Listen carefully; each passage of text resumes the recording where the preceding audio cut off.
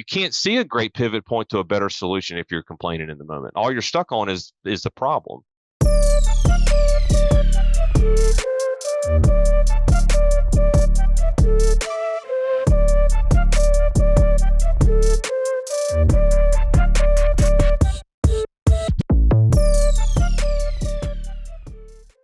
Good morning. Good morning. Welcome to another Real Estate First Friday. My name is Matthew Hodge, Executive Vice President here at LPT Realty, joined by my co-EVP, Louis Fermin.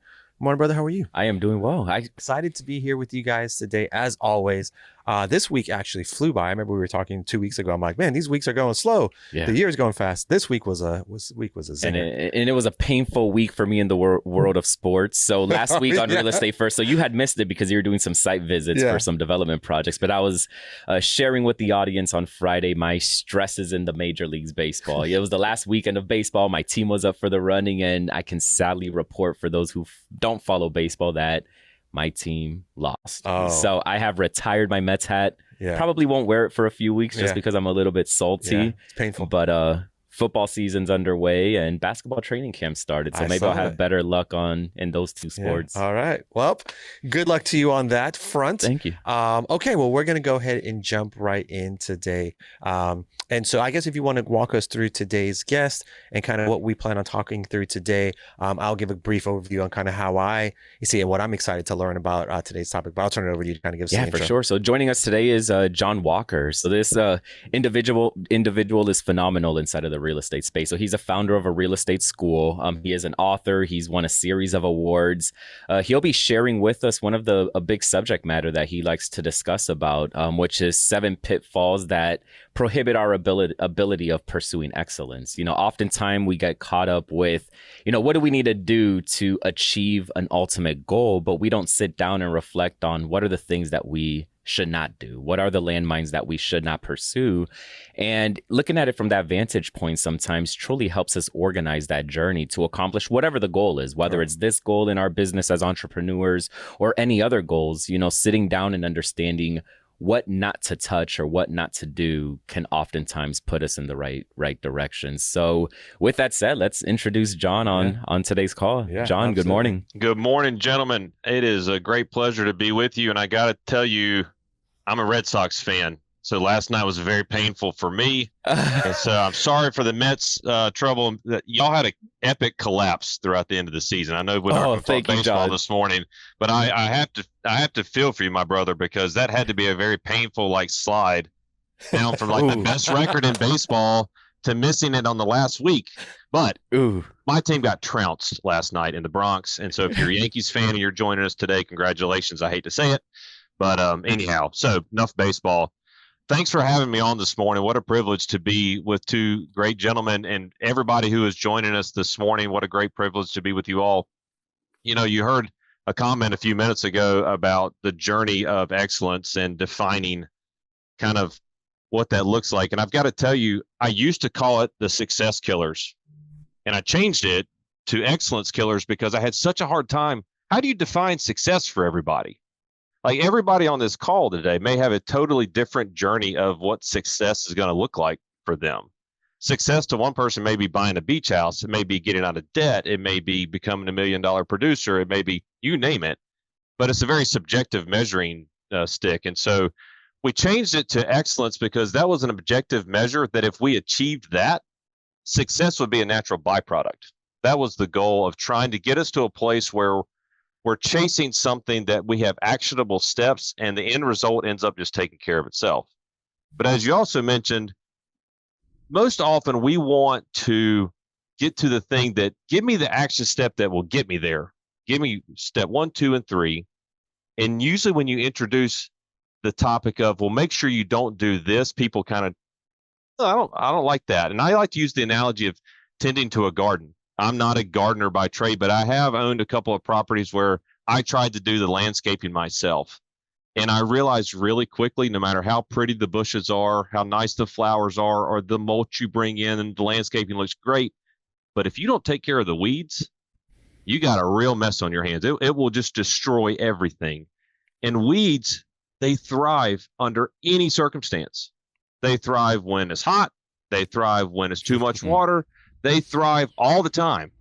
And so these things in our lives, they tend to, like stubborn weeds, take roots even when we don't know they're happening. And so what happens is, let's say you remove the weeds and it looks all pretty, and then you go ignore that little bedded area where the plants and the bushes are for a month, and you don't touch it.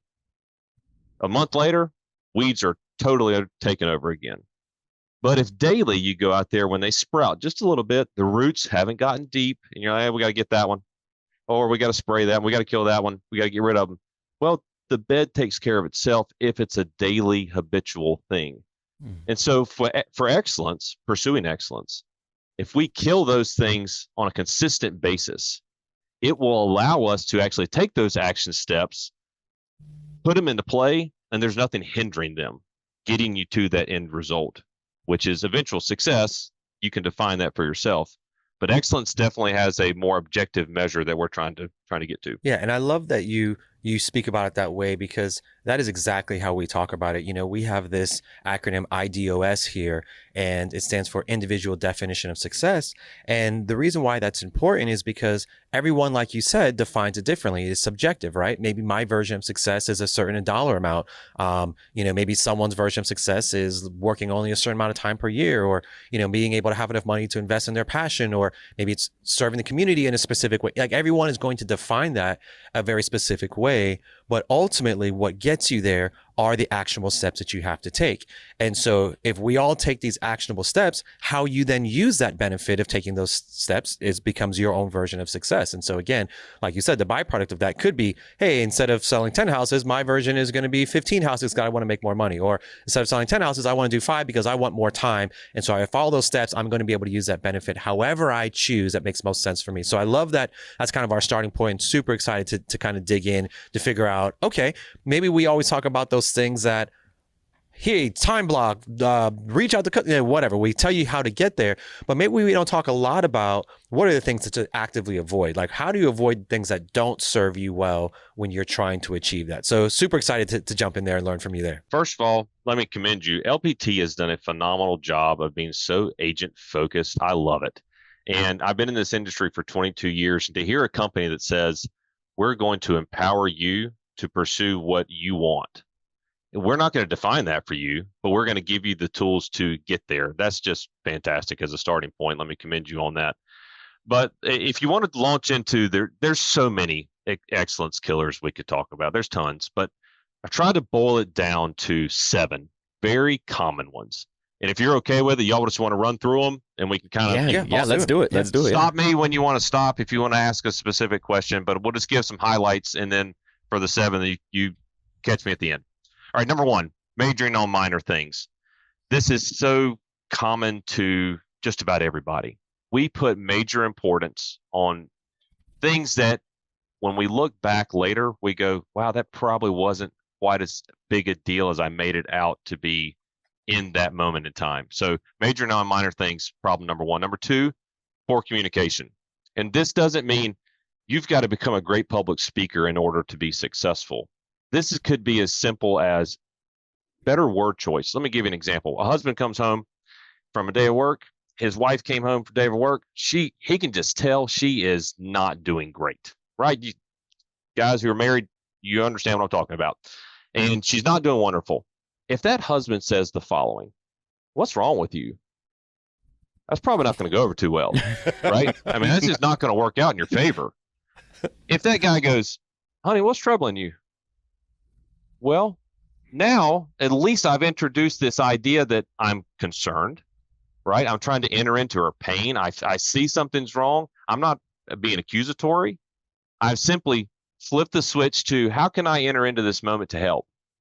And by the way, that's the price of admission for those of you who came on. This will change your marriage if you're struggling. So just go with me on I will this. tell you, John, the pen came out for a lot of the married men in the audience here today. So. Worked up, they're like, that's a good one. I mean, I'm telling you, what's troubling you, honey? And all of a sudden, it's like she breathes and she goes, oh, well, since you asked, it was a heck of a day and yada, yada, right? But it opens the door. That's what I mean by poor communication. We have got to learn the things to avoid saying, the tone in which we avoid. Guys, we struggle with this particularly. This comes more naturally to our female counterparts, I've discovered. But we've got to learn the right thing. Sometimes it's going to mean detaching from your phone for a second. Your kid wants your attention and you're staring at your phone. That's going to be a poor communication point. Your kid goes, Daddy, I have a question for you. And I'm going, uh-huh. I'm not communicating well in that moment. That's an excellence killer. Selfishness. If I have if I could I have one question I ask people who tell me they're considering getting into real estate. One question as a metric. And I ask them, how do you deal with putting yourself second in any situation? If they say I'm not really good at it, and I'll tell them don't get into real estate. Because this is an industry that requires you to be self-second. You have to, because it can be, from the agency standpoint, it can be demeaning. You've got a seller that calls you and blesses you out. They are so upset with X, Y, and Z happening, or a buy. I know that doesn't happen to LPT agents. I understand that they don't run into those upset clients as much, but when you get one of those clients that just lets you have it, and you've got to be able to absorb that, take it in, take a big deep breath, and say, let's get you to a better solution point. That requires a self-second mindset, because the selfish mindset says, I don't like getting yelled at. I don't like absorbing that tension. So you have to be kind of a problem absorbing sponge in this industry. That requires a self-second mindset to do that. So selfishness is an excellence killer. Number 4 is making excuses. This is one of the most native tendencies that entrap all of us from our earliest of days. I have 2 daughters. They're 5 and 7. Yesterday, my oldest daughter was doing something before school she wasn't supposed to do. She knew she wasn't supposed to do it. I said to her, I said, honey, stop doing that. She said, Naomi made me do it, which is her younger sister. Instantly, first reaction, no responsibility taken whatsoever. One of the best phrases I ever heard from a trainer, a mentor of mine, he said, one of the ways you can tell that someone has moved from childhood to adulthood is the ability to take responsibility for their outcomes. And we tend to not do that on a daily basis. We look for little things to shift the blame to. I've got, well, that happened and therefore this didn't happen. And I would just encourage everyone to learn the freedom in accepting responsibility for your outcomes. It is the most freeing thing, good or bad. If you haven't done that in a long time, take a hard look in the mirror and say, I am where I am due to my decisions that I've made. It's okay to do that. And then say, and I actually have the ability, because of where I am, to make a new decision for tomorrow and today, tomorrow, and forward. That mirror moment is not a bad moment for you. Don't be afraid of that moment. Take responsibility for where you're at. Number 5, procrastination. This one's insidious to us. This is, I'll take care of it later. Tomorrow we'll have time. I'll get to it. You name it. Most of us just instinctively procrastinate to do the things we want to do now and the things we don't want to do later. What ends up happening is we usually don't get to the things until later or never. And so we have to learn to reprioritize how we spend our time. Allocate, you mentioned time blocking a few minutes ago. There are great tools to use, but you better make a commitment, first of all, hey, I am going to do what it takes today, and I'm not going to push it off to tomorrow. Number 6 is the one that I harp on the most. Number 6 is complaining. If there is anything that can kill excellence in any environment, whether it's an individual, a partnership, company, a team, you name it, any organization, you want to introduce an excellence killer to an organization, introduce a complaining mindset. And the reason for that is because it has the unique ability to impact the past, the present, and the future all at one time. When we complain, it makes what just happened probably worse than it actually was. All right, somebody says, well, what happened? And you start recounting the horrors of the moment. Well, it pulls out any possibility of anything good being drawn from that experience. So the past is impacted. In the moment, I tell my daughters, I say, it's virtually impossible for you to be thankful and complaining at the same time. They don't coexist well. It's like oil and water trying to mix. And so if you're trying to create a gratitude environment, let's say in our company, how in the world can you do that if you have a complaining mindset that's taken over? That's got to be eliminated. And for the future, show me a complainer who excels. Show me someone who who indulges in complaining. Show me a coach who teaches their team to complain that wins. I mean, they probably coach teams like the Mets and the Red Sox this year, right? I mean, like you don't want to get into that world. It flat out takes away your ability to see the good and the potential and the pivot point. You can't see a great pivot point to a better solution if you're complaining in the moment. All you're stuck on is the problem. So it keeps you from being solution oriented. So complaining is insidious and it's got to be eliminated. And the last one is quitting. And this is the ultimate one, because if we get through everything, and you can go through really rough stretches in life. I've been there. I've been in this industry for over 20 years, and believe you me, I have hit some rough points. Quitting is the ultimate excellence killer, because once you quit, you're out of the game. It's the refusal to quit.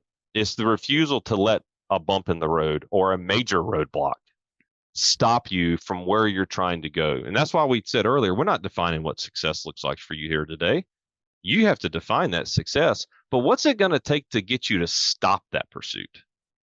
What would it take for me to tell you today, all right, you got this objective out here. If I put this roadblock and this roadblock in, would that stop you? And if your answer to that is no, well, you're on your way. Because if you refuse to quit, how are you going to be defeated? You cannot be defeated if you don't quit. You can learn and grow. Mistakes, you may make a mistake. A mistake may happen to you. But if you don't quit, learn and grow, move forward. Well, we've got to be willing to say, all right, I'm not going to major on minor things. I'm going to make a commitment to communicate better. I'm going to have a self-second mindset. Selfishness is going to be eliminated from my mode of functionality. I'm not going to make excuses. I'm going to take responsibility for my actions. Not going to put off to tomorrow what needs to be done today. I'm not going to complain. I'm going to practice gratitude and thankfulness. And then no matter what, I'm never, ever, ever, this is the commitment I'm going to make myself. I'm never going to quit. And if I don't do that, I can't be defeated. So that's a summary of the 7 excellence killers. I almost said success there. The 7 excellence killers that can entrap us all if we're not careful. Those are the weeds in our garden. And I will say some of them tend to have a little more shallow roots. Complaining, you indulge in that. That's one of those, if you've ever tried to pull a weed that you grab the top of it and you're like, whoa, that thing is deep. And you realize it is dug like 2 feet deep into your natural area. And you have to go get a pair of gloves on because it's got thorns. If you're in that boat today, if you would analyze yourself and you say, yep, I'm probably a complainer, you better get your gloves on and start pulling that thing out of there. Because if you don't eliminate it, the success objective you got on the other end of it's not going to happen. We've got to eliminate some of these problems so that we can set you up for success. Yeah, I truly love how you've organized these pitfalls into like these very much 7 categories, which it's so true, right? Like as I'm sitting here kind of reflecting on it, like I'm kind of pointing out like which ones I believe are the weeds that are a little bit deeper in my bed in my garden, right? And I'm sure a lot of you guys on this call today are kind of also resonating with some of those points. I want to spend some time today with your experience, John. What are some of the ways that you see being impactful in curing some of these weeds? You know, as we're kind of going down into these 7, categories, can you kind of give a broad stroke? I know we have kind of 10 minutes on this call, but one of the actionable items I want some of the viewers today to take away as they enter into the weekend is identifying maybe what some of those pitfalls that they are experiencing are, and what do I need to do to go out there and start curing some of these pitfalls if I'm looking at it from a wrong vantage point. So can we kind of go through the 7 again, and like you just touch upon, like what are some of those, cures that we can implement immediately? When we're dealing with individuals, everybody learns a little bit differently. Everybody has things that makes them tick differently. If I was working with a golfer, for instance, and they were struggling with their game, they had plenty of talent, but they're struggling. I try to figure out, is it mental? Is it a little swing tip that they're not doing right? What's triggering it? So there's some general things that we can cover though. And if you're struggling with this individually, you can really dig in deep and figure out some of the solutions. But on a broad stroke, if we were to look at this from a kind of the helicopter view, majoring on minor things. All right, how do we go about that? Number 1, make a chart. Every time something happens that upsets you, write it down. All right, could be I got a phone call I didn't like. I received an email that ticked me off. I got cut off on the interstate, whatever it is that gets you amped and you're emotionally engaged to the point where you're upset. write down what that is, and then leave it in a journal. And then a week later, analyze your list and mark on there major or minor a week later. And I bet you that a week, do this exercise for 1 week. I bet a week later, most of the things that felt very major in the moment, you would write down as minor later on. And what happens is once you learn to properly identify what those things are, you learn in the moment to go, that's probably not as major as I'm feeling that it is right now. Now, there will be some majors, by the way. There will be some majors. Your kid has to go through a really hard season in their life and you are entering into that moment with it. That could be major. There's nothing wrong with having majors, but we have to learn to distinguish what is major and what isn't major. Poor communication, we touched on a little bit earlier. Practice analyzing your word choices and the way you say things. I would also have scheduled times where you detach from your phone, especially with your loved ones, especially if you're parents. Your kid is competing with you for that attention space. Have a detached moment or a detached set of moments where you are working on eyeball to eyeball. We are in such a digital space, texting, emailing, social media, none of that's bad. All that's good. But what we're losing, and I would argue the younger generation is probably going to struggle with this a little bit more than those of us who weren't all raised in digital, is that we're losing our ability to get eyeball to eyeball with someone and communicate with them, to hear what they're actually saying, to hear the tone of their voice. Practice that. Practice having conversations with people you work with. Don't just have phone calls or emails. Sit down, take somebody to lunch, put your phone away, and have a conversation with them. Ask them, how are you doing? What is going on in your life? And listen to see what they say back. And don't answer your text while they're answering your question. That's a practical application for communication skills. Number 3, we talked about, this would be a whole nother day, talk about self-second functionality. That's a hard phrase to get out, self-second functionality.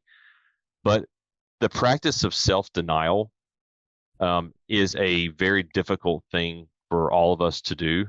But in the industry, if you want to set yourself apart, when your client knows that you truly are putting them first, it will make all the difference in your business. And they can tell, by the way. I don't care if you are a self-promoting person online and you are building a personal brand, that is all well and good. But the client, when it's time to deal with them, they can tell when you're after yourself and when you're after their best interest. People are very intuitive on that. They can tell selfishness and they can tell selflessness. Practice selflessness in the small things of life. It will carry over into business. And making excuses, touched on this a second ago, but have a mirror day. That's what I call it. I call it like a hit bottom day if you need to, but go look in the mirror and say to yourself, I am where I am because the decisions and the choices that I've made over the course of my life. And try not to put the add-ons after that. But this did happen. Eliminate all that for a minute. Take 100% responsibility for where you are today. It is one of the most liberating and freeing experiences you can have if you are on a journey to get somewhere else. Take full responsibility for where today has you, and then breathe. Because guess what? You haven't quit. You're still here. You're still on the pathway. Are you where you want to be 100%? Maybe not, but you're still here, and you have the opportunity now because of an honest assessment to move forward. Have a mirror day, and after you have a mirror day, start practicing mirror moments. So when something happens that you're involved in, practice not shifting that moment to somebody else or something else. Practice saying, all right, John, what'd you do there that you could have done maybe different next time? What happened here that was my responsibility? What can I learn from this? How can I grow from this? It's okay to make a mistake. And group, listen, I am a self-avowed perfectionist. That doesn't mean I achieve perfection. It means I drive myself crazy trying to get it. So I hate criticism. I'm not good at it.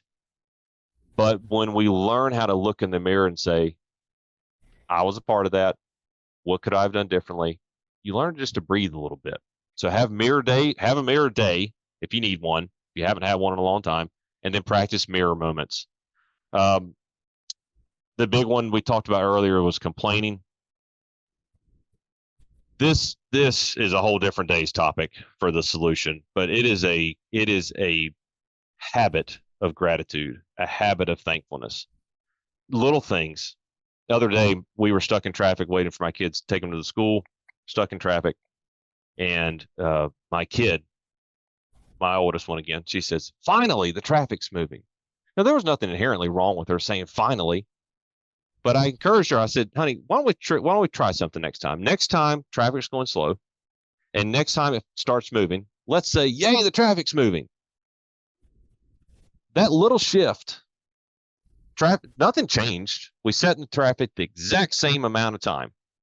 But when we said finally, it made the experience horrible from the past. It made me still frustrated in the moment that I'm late. And the future is not as hopeful as it could be. When we say, yay, the traffic's moving, well, now it wasn't that bad.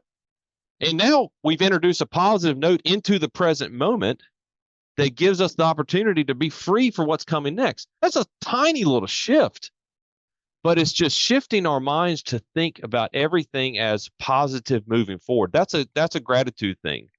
That is a, hey, I have a car to sit in and I live in the best country in the world and I have beautiful weather around me. I can see those things now because I'm not still fussing about the traffic that I was sitting in. Hopefully that makes sense. And the last practical is just don't quit. That may mean you reach out to somebody. What a great network this is. I love the fact that LPT does these calls on Mondays and Fridays and other times where it allows you to plug into a community. You don't need to be by yourself in this stuff. This stuff's hard, right? It's fun. It's awesome. It provides amazing opportunities, but it's not easy. If it's easy, everybody would just snap their fingers and they would be as successful as they want to be. It's not. It requires hard work. Pulling weeds is hard. You know what's harder than pulling weeds? Pulling weeds alone. That's difficult in the heat. You get a group of people out, I get my kids out there and we're talking, having fun. And my daughter goes, Daddy, I got this one up. Right. And I'm encouraging her and she's encouraging me to get that tough one that's got the thorn. Get that one that's got the thorns, Daddy. I can get it, honey. And we're encouraging each other. We're working. We're pulling in the same direction. That's what being a part of a network like this is all about. It's not being solo. Hey, we're all about you achieving what you want to achieve, but doing it together, supporting each other, that's going to help you not quit. That's going to help you get to the finish line you're trying to get to. So don't do it alone. Work together. And I think at the end of the day, you can take a few big, deep breaths and say, okay, tough day or tough week or tough month. We're still here. We're not quitting. We got an objective. We're doing it together. I'll hold you up. And when you're struggling or I'm struggling, you hold me up. And we'll just keep on holding each other's up, lock arms, and we're on this journey together. Awesome, Hopefully man. that Awesome. makes sense. So good, man. And a lot of that is what we thought about as we were forming this company and what the culture would be, and the abundance mindset is, you'll hear us talk about it a lot, but it's this environment. It's people coming together to say, hey, look, man, we get it. Things aren't always going to feel great, but because of this community, we're going to make things a little bit easier. Or because of this community, you're going to have a little bit more energy to push past, maybe a little further than you would have previously. Or because of this community, you're going to find an answer a little bit quicker than you would have if you were, somewhere else. And those are the things that we really concentrated and said, this is going to be the glue of what we are going is what our culture would be. And so I love that you've kind of broken it down so perfectly.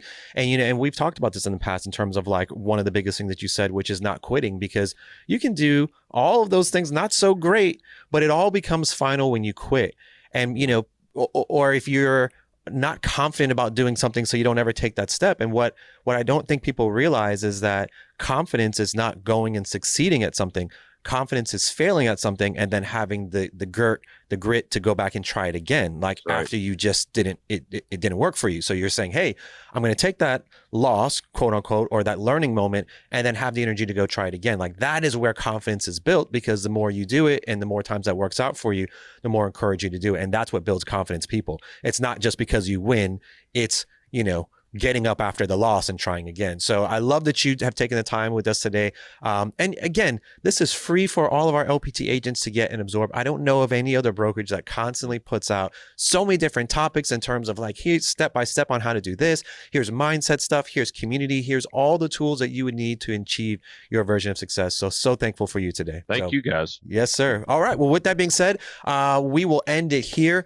We will see you on Motivational Monday. We are getting down to just the 2 final weeks before FallCon. We're super excited to catch so many people in person. We're expecting a few thousand agents there. And so just to remind you, we've got the main conference, which is the paid ticket attendance. And then we've added on the expo, which is anybody can come for free. And the expo hall is going to be all different vendors and teams and booths all set up that are obviously in real estate for you to see what they offer, see what teams, see what coaching, see what is available, and then be in community with all different agents, not just with LPT agents. And that part is free. And then the main